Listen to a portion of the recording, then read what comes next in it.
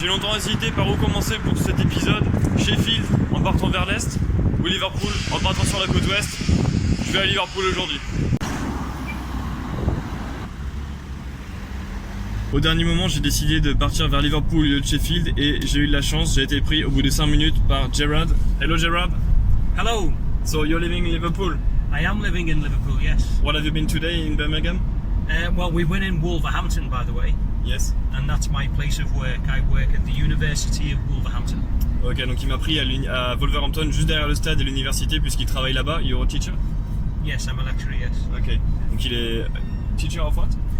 Events management, leisure studies, but basically events management is my area. Ok, donc en gros il est prof en études de management à l'université de Wolverhampton. And now you live in Liverpool. Yeah. Donc il vit à Liverpool et il est fan de Liverpool, mais il n'a pas toujours été. How did you choose to be a Liverpool fan actually? I was born in Anfield. That's how I chose to be a Liverpool fan. Yeah, but you didn't take the decision quickly. No, it was difficult because being from Liverpool, being from Anfield is you have two great clubs literally a mile away from each other. Donc en fait il était né dans le quartier d'Anfield, mais en fait c'est presque entre Liverpool, enfin le stade de Liverpool et le stade d'Everton. So how did you decide at the end? In the end, it was more about how I felt when I went to Anfield compared to how I felt when I went to Goodison to watch the other team, Everton. I just felt much better when I was at Anfield. I thought the atmosphere was better. Even though Everton were a great club and still are a great club, I think I made the right decision to be a passionate Liverpool supporter as opposed to an Everton supporter. Alright. Donc en fait quand il allait voir beaucoup les matchs d'Everton et de Liverpool, les deux équipes étaient très compétitives, mais en fait c'est l'ambiance à Anfield qui lui a permis de décider de devenir un fan de Liverpool. Même s'il était ici des deux quartiers, il a choisi le côté d'Anfield grâce à l'ambiance. Et maintenant on va directement à Liverpool, donc ça va me faire un trajet direct. So thank you so much Gerard for the road. You're welcome, man. Let's go. Enjoy the trip. Là, Gerard va un peu m'expliquer pourquoi est-ce que les fans de Liverpool sont tellement réputés pour leur chant. So, what's the history? Okay, the history of singing from Liverpool really is what we do. We sing pop songs and we change the words, right?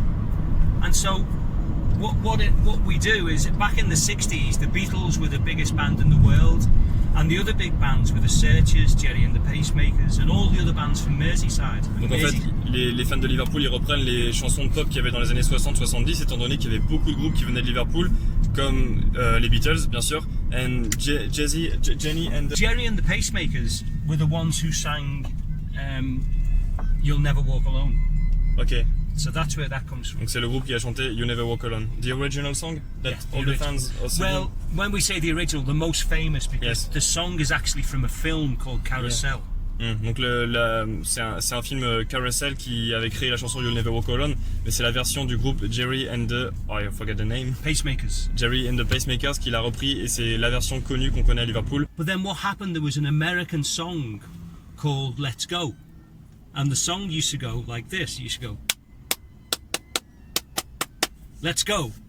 That's the famous song. St. John. Okay. Right.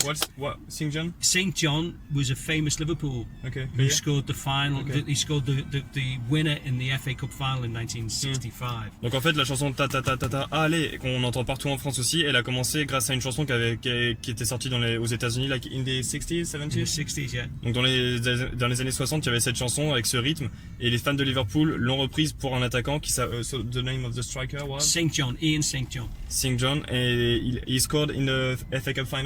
He famously scored the winner, but he was a great striker at the time. Okay. Et donc les fans de Liverpool reprenaient ta ta ta ta ta ta ta ta St. John pour ce joueur qui avait marqué un but en finale de FA Cup, un but décisif.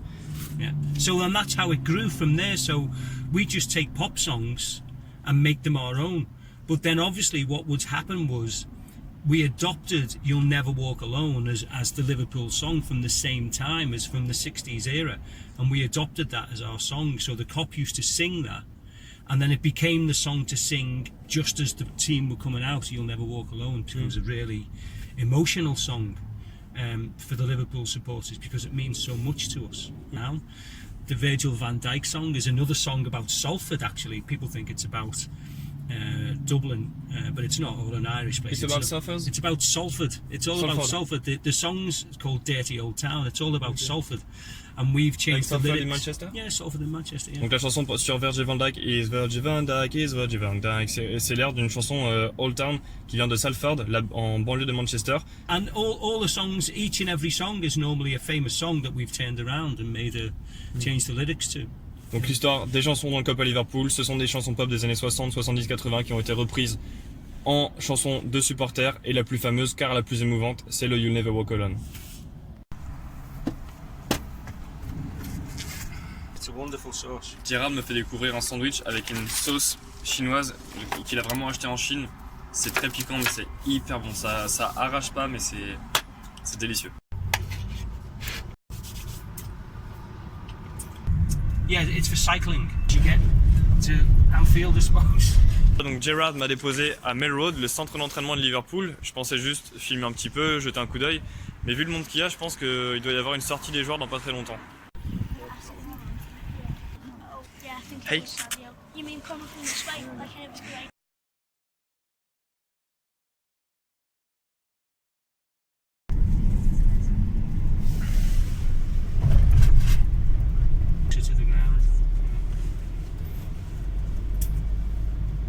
Donc quand je filmais derrière, vous avez compris que c'était le stade d'Anfield, et quand j'ai filmé droit devant, c'était le stade de Goodison Park d'Everton.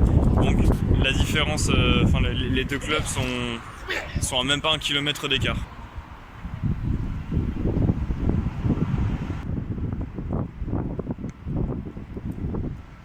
This is the Gladys Street end. This is the main Everton end now.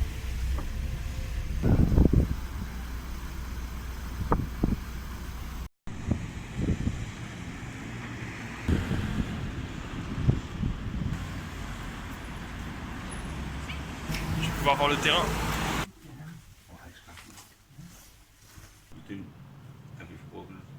I'm from Anfield. I know he's from Anfield. No. There we go. That's the old one, isn't it?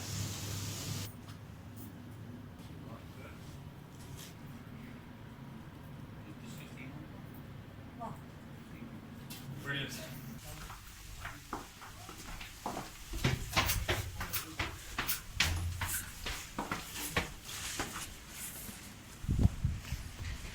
What you doing this Saturday? Saying that I've only a game and I see him. So what's he doing? Hitchhiking with us? He's doing the UK, yeah. I sit on the way, Wednesday.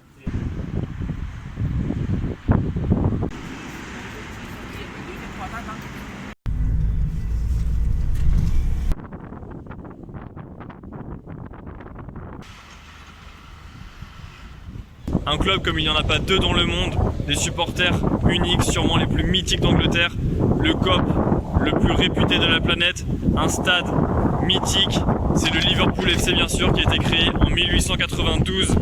Il a gagné 6 fois la Ligue des Champions, la dernière fois c'était à Madrid en juin dernier. Les supporters chantaient dans la rue We won it 6 times, we won it 6 times in Madrid, we won it 6 times.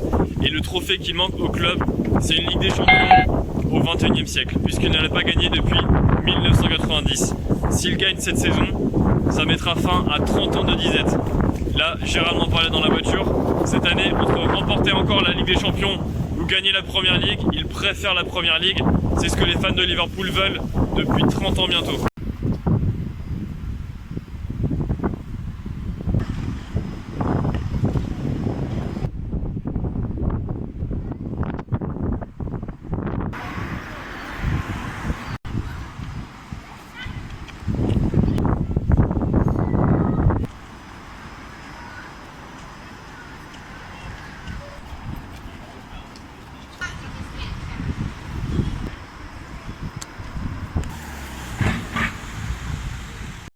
Je me propose même de dormir chez lui, donc je vais pouvoir mettre ma tente, il y a le trampoline, il y a le chien qui est gentil comme tout. Voilà, donc ça va être une nuit royale. Vu que j'ai la soirée libre, je vais pouvoir profiter de la ville de Liverpool, voir ce que ça donne en centre-ville.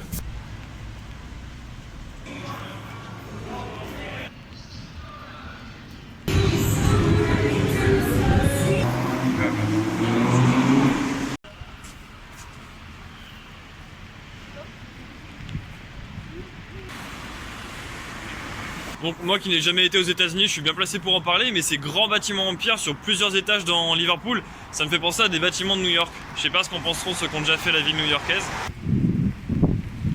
À l'image de ces deux bâtiments, dont là-bas le musée de Liverpool et là ces trois vieux bâtiments, je trouve que la ville de Liverpool, elle mélange parfaitement le moderne et l'ancien. C'est une ville qui a beaucoup de charme.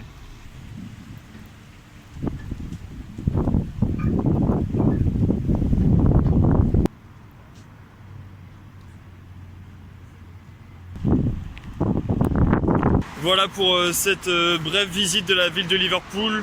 Je vais rentrer, il y a la pluie. Demain je vais essayer de partir vers Burnley pas trop tard. Et voilà, cette ville de Liverpool entre ces deux stades qui ont un emplacement magnifique, une architecture superbe et une histoire splendide. Et ce centre-ville aussi qui m'a vraiment charmé avec ses grands bâtiments en pierre, style américain. J'ai beaucoup aimé la ville de Liverpool. Il faut dire que le trajet a été très agréable et facilité par Gerrard. Donc là, je vais rentrer chez lui demain matin. Départ pour Burnley. Merci d'avoir suivi l'épisode.